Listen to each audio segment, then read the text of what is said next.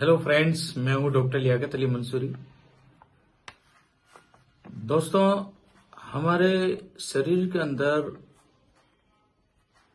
Electrolytes होते हैं, उसमें सबसे ज्यादा इम्पोर्टेंट कैल्शियम होता है। कैल्शियम हमारी हड्डियों को ताकत देता है, साथ में मजबूती भी देता है।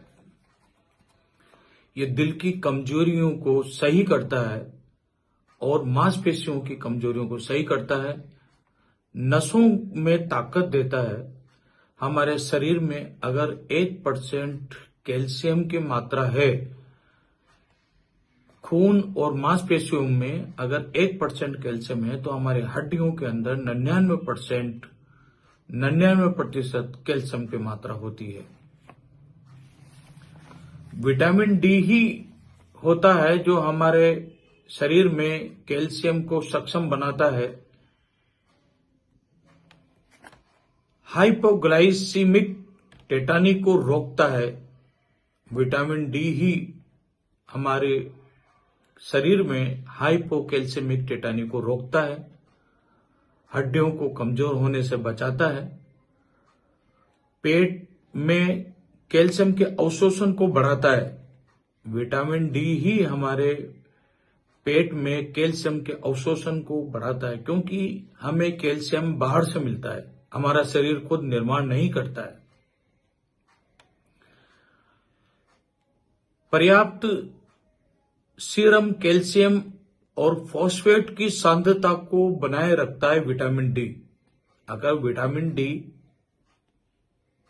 नॉर्मल मात्रा में हमारे शरीर में है, तो वो सीरम कैल्शियम और सीरम फॉस्फेट की सांद्रता को बनाए रखता है।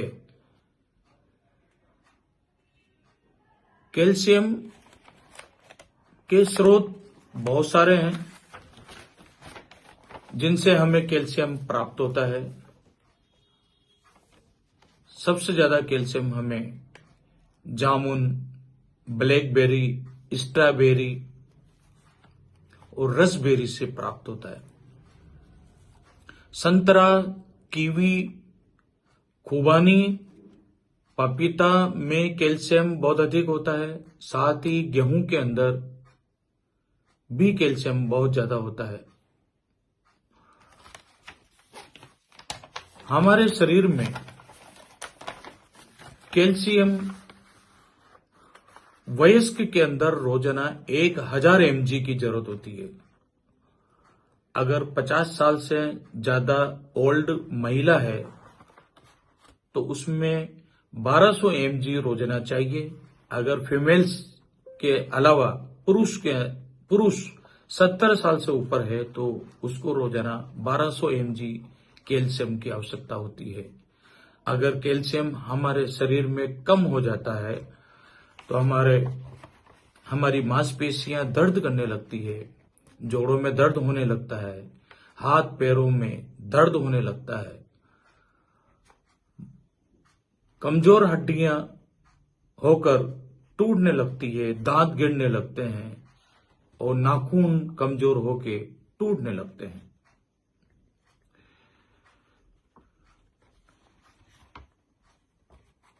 हमारे शरीर में अगर कैल्शियम की कमी होती है तो उसको हाइपोकैल्सीमिया कहते हैं। हाइपोकैल्सीमिया के कारण पैराथायरॉयड हार्मोन सामान्य स्तर पर आना, दूसरा विटामिन डी की कमी होना। अगर विटामिन डी कम है तो कैल्शियम का अवशोषण भी कम होगा। जब कैल्शियम कम होगा तो हमारी हड्डियों के अंदर ओस्टियोपोरोसिस, हड्डियों में छेद होंगे या ओस्टियोपेनिया होगा। तीसरा कारण है महिलाओं में सफेद पानी की शिकायत होना, जिसे ल्यूकोरिया कहते हैं। इस सफेद पानी की शिकायत से महिलाओं में कैल्शियम की कमी हो जाती है। चौथा कारण है कुछ अंग्रेजी दवाइयां जो हमारे शरीर में कैल्शियम के मात्रा को कम करती है। इसलिए अंग्रेजी दवाइयों से भी बचें। कुछ अंग्रेजी दवाइयां हमारे शरीर में कैल्शियम की मात्रा को कम करती है, यानी कि हाइपोकैल्सीमिया करता है। कुछ दवाइयां ये हैं बिसफॉस्फोनेट्स, कोर्टिकोस्टेरॉइड्स, रिफेम्पिन, कैल्सिटोनिन, क्लोरोक्विन, सिनाकाल्सेट, डेनोसुमेब, फोस्कारनेट, पलिकामाइसिन। ये अंग्रेजी दवाइयां हमारे शरीर के अंदर कैल्शियम की कमी पैदा करती है, हाइपोकैल्सीमिया पैदा करता है। तो दोस्तों, ये कारण है। पहला कारण पैराथायराइड हार्मोन का असामान्य स्तर पर आना, विटामिन डी की कमी होना। तीसरा कारण ल्यूकोरिया होना, कुछ अंग्रेजी दवाइयां। 4 कारण है जो हमारे शरीर के अंदर कैल्शियम की कमी पैदा करता है। 5वां कारण, अगर आप पोषण के अंदर कैल्शियम की मात्रा नहीं लेते हैं तो भी आपको हाइपोकैल्सीमिया हो जाएगा। दोस्तों, जितना कम होने पर ये हमें नुकसान पहुंचाता है, उतना ही ये कैल्शियम हमारे शरीर में ज्यादा होने पर भी नुकसान करता है। उसको हाइपरकैल्सीमिया कहेंगे। हाइपरकैल्सीमिया जब हमारे शरीर में होगा तो हमें उल्टी का जी होगा, जी मिचलाना होगा, कब्ज हो जाएगी, बेचैनी होगी, मांसपेशियों में कमजोरी आएगी, थकान होगी, प्यास बहुत ज्यादा लगने लगेगी और पेट में गैस होगा, गैस बनने लगेगी और शरीर में सूजन आने लगेगी और हमारे गुर्दों में या गॉल ब्लैडर पथरी पैदा करने लगेंगे। दिल की कई सारी बीमारियां पैदा होने लगेगी। तो ऐसे में दोस्तों, अगर कैल्शियम की मात्रा ज्यादा हो जाती है तो विटामिन डी और कैल्शियम के फूड्स जो स्रोत हैं उनको कम कर दें और पर्याप्त मात्रा में पानी लें। इससे पथरी भी नहीं होगी और खून के अंदर कैल्शियम का स्तर भी कम हो जाएगा। कैल्शियम शरीर से किस तरह से उत्सर्जन होता है, तो ये हमारे मूत्र के द्वारा कैल्शियम बाहर निकलता है, कुछ पसीने के द्वारा बाहर निकलता है। अगर कैल्शियम ज्यादा हो जाए और विटामिन डी कम हो जाए तो इसको हाइपर विटामिनोसिस डी कहेंगे। अगर कैल्शियम की मात्रा ज्यादा, विटामिन डी की मात्रा कम, तो ऐसी स्थिति को हम हाइपर विटामिनोसिस डी कहेंगे। तो प्राथमिक हाइपर पैराथायराइडिज्म में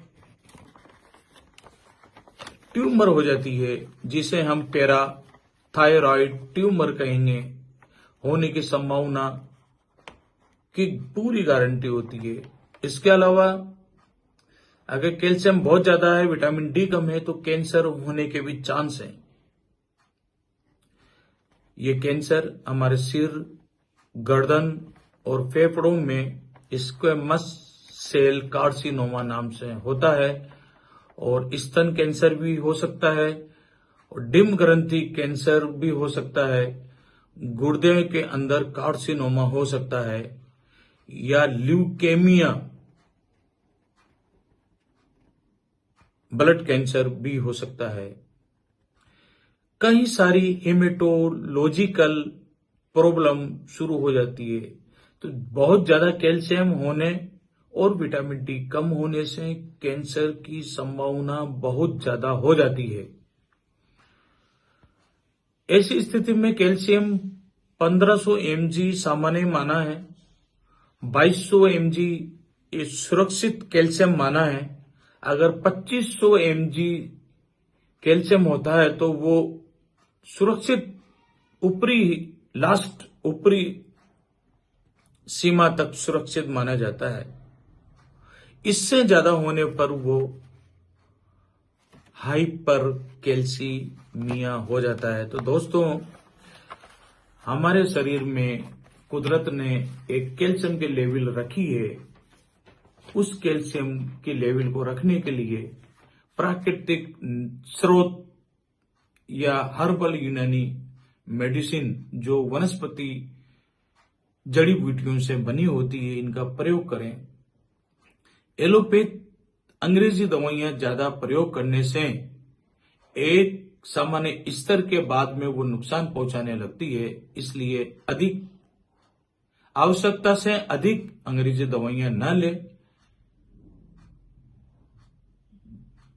दोस्तों, YouTube पर जाकर मेरे न्यूरो पॉइंट नाम के चैनल को सब्सक्राइब करें और बने रहें मेरे न्यूरो पॉइंट नाम के चैनल पर।